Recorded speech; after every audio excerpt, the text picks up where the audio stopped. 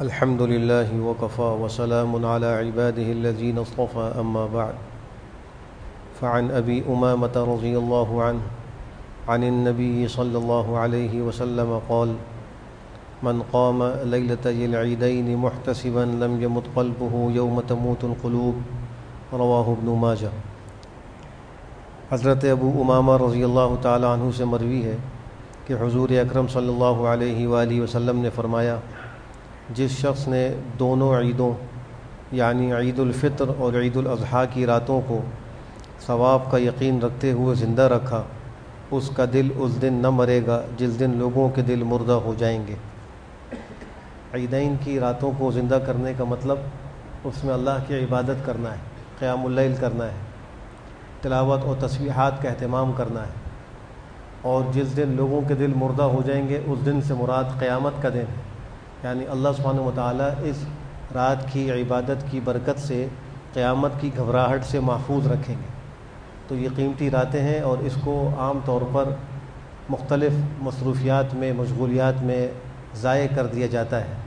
اب جو رات آنے والی ہے یہ عید الاضحیٰ کی رات کہلاتی ہے۔ اس رات میں نوجوان چھوٹے بڑے سب جانوروں کے ساتھ مگن رہتے ہیں اور نماز باجماعت کا اہتمام بھی اکثر اوقات نہیں ہو پاتا، کپڑوں کی پاکی کا بھی اکثر اوقات خیال نہیں رکھا جاتا، جانوروں کے ساتھ رہتے ہوئے کبھی کبھی ان کی پیشاب کی چھینٹوں سے کپڑے ملوث ہو جاتے ہیں اور ان کا اہتمام نہیں ہوتا کہ ہم پاک و صاف رہیں اور وقت پر نماز کے لیے مسجد میں حاضر ہو جائیں۔ اس لیے ایک تو ان راتوں کو قیام اللیل کر کے اللہ کی عبادت میں گزار کر، گناہوں سے بچ کر گزار کر زندہ کیا جائے۔ دوسرے، عید کے دن کچھ چیزیں مسنون ہیں جن کا اہتمام کرنا چاہیے۔ ان میں ایک چیز تو یہ ہے کہ صبح سویرے بیدار ہونا، جلدی اٹھنا، اور پھر فجر کی نماز باجماعت مسجد میں اہتمام کرنا، اور عیدگاہ کے لیے جلدی آنا، غسل کرنا، مسواک کرنا۔ اور عید الاضحیٰ میں خاص ایک مستحب عمل یہ ہے کہ عید کی نماز سے پہلے کچھ کھانے پینے سے احتیاط کرنا۔ عید کے بعد جب قربانی کر لیں تو پھر کھانا پینا شروع کر دیں، لیکن بعض لوگ اس کو روزے سے تعبیر کرتے ہیں، یہ بات غلط ہے۔ عید کے دن روزہ وغیرہ کوئی نہیں ہوتا بلکہ روزہ منع ہے۔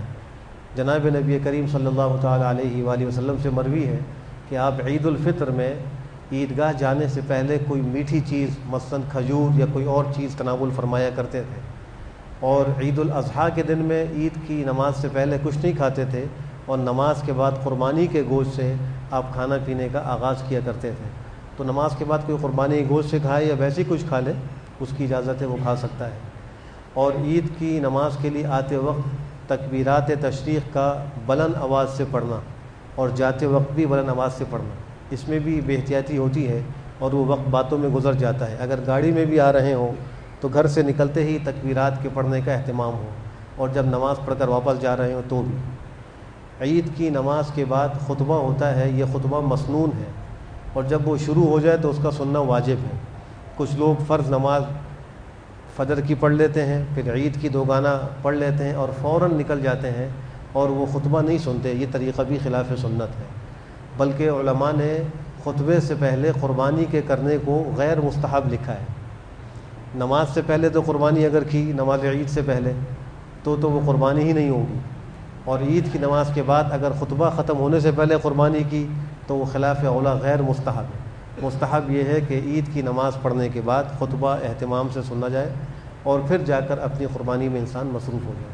بہت سے لوگ قربانی کے گوشت کے حوالے سے مسئلہ پوچھتے ہیں کہ اس کے 3 حصے کرنا ضروری ہے، تو یاد رکھیے قربانی کا جو گوشت ہے اس کا پورا اختیار قربانی کرنے والے کو ہے، چاہے پورا صدقہ کرے، چاہے پورا خود استعمال کرے، چاہے وہ اپنے قرابت داروں کو کھلا دے، یہ سب اس کو اختیارات ہیں۔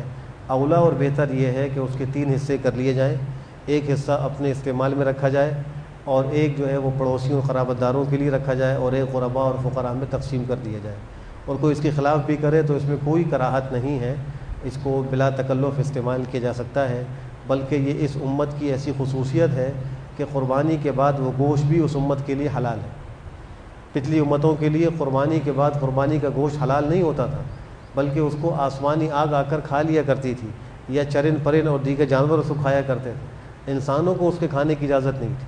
لیکن امت محمدیہ کو اللہ نے شرف بخشا کہ قربانی بھی ان کی قبول ہوتی ہے اور پھر اس کے بعد مکمل قربانی سے وہ استفادہ بھی کر سکتے ہیں۔ اللہ ہم سب کو صحیح طریقے سے قربانی کی توفیق نصیب فرمائے۔ الحمدللہ رب العالمین۔